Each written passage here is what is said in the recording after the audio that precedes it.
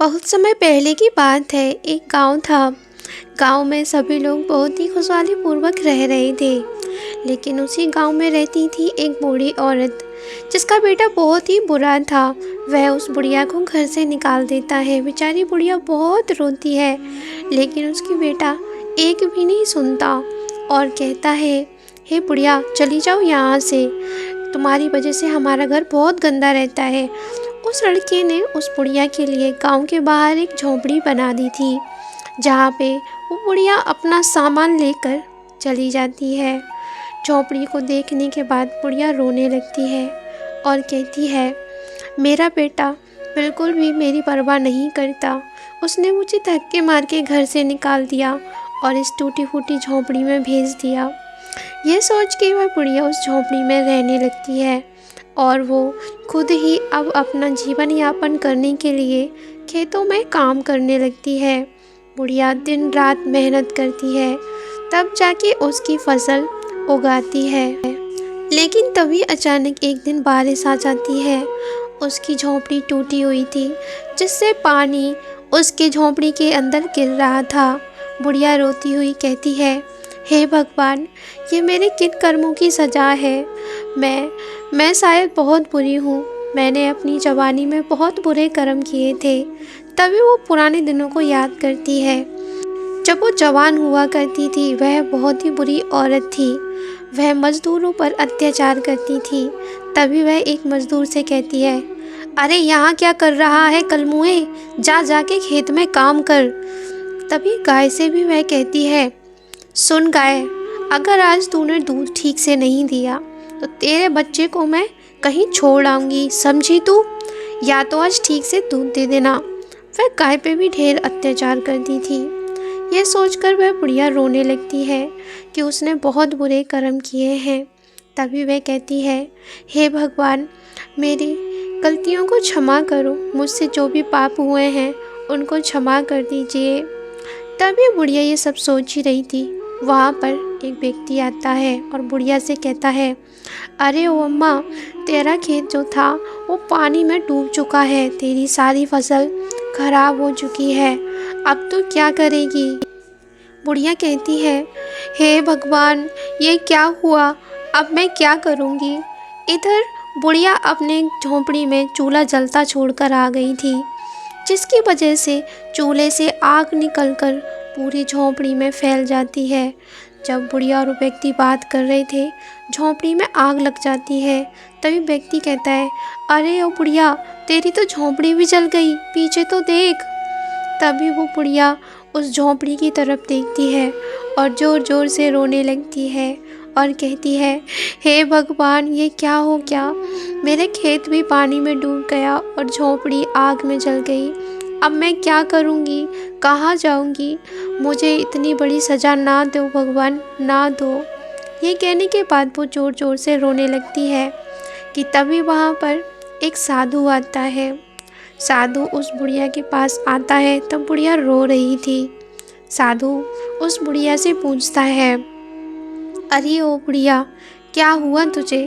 तभी बुढ़िया बताती है, बुढ़िया उसे अपनी सारी कहानी बताती है कि कैसे कैसे उसके बेटे ने उसे घर से निकाल दिया। तभी साधु कहते हैं, बुढ़िया, जो तूने बुरे कर्म किए थे ये उसी का फल है।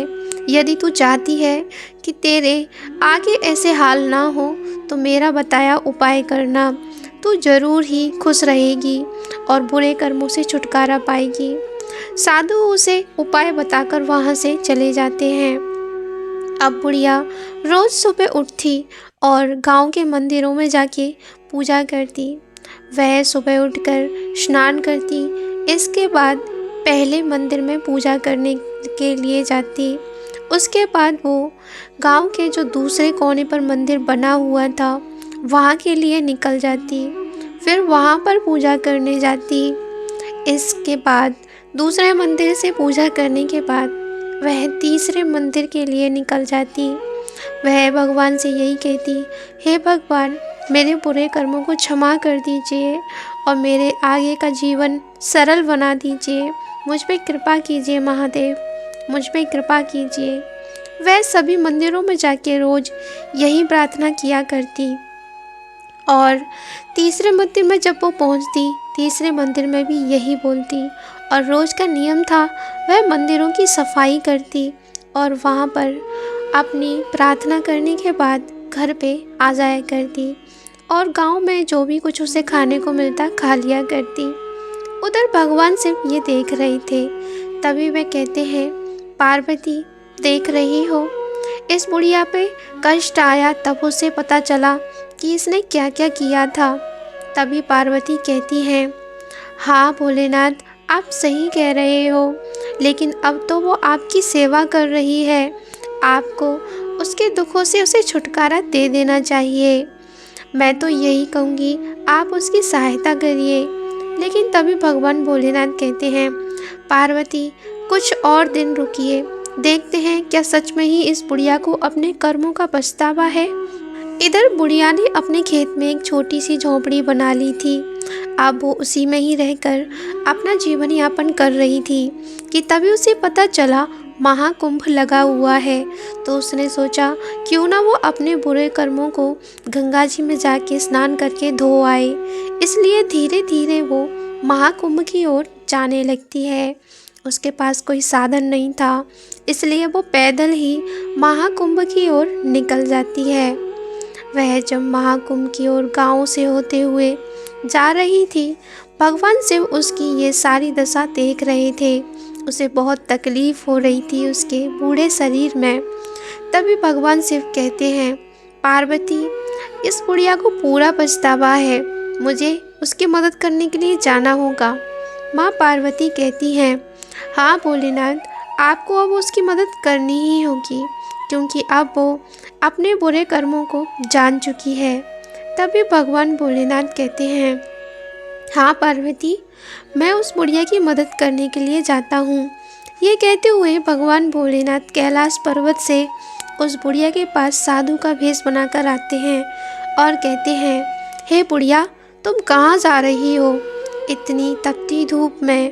तभी बुढ़िया कहती है, साधु जी, मैं महाकुंभ जा रही हूँ, वहाँ पे गंगा स्नान करके अपने बुरे कर्मों को धो दूँगी, जिससे मेरे सारे पाप क्षमा हो जाएंगे।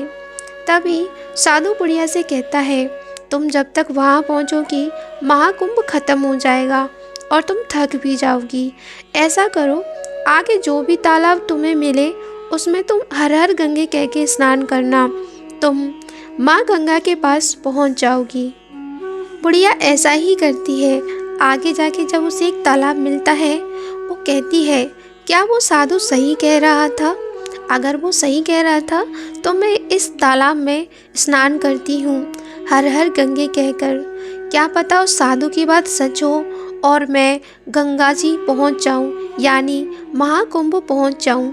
ये सब कहने के बाद वो बुढ़िया उस तालाब में उतर जाती है और हर हर गंगे कह के डुबकी लगाने लगती है कि तभी एक तेज़ रोशनी होती है।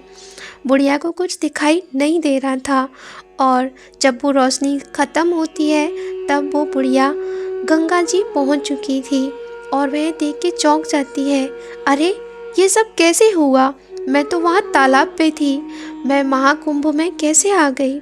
मैं तो माँ गंगा जी के पवित्र जल में हूँ।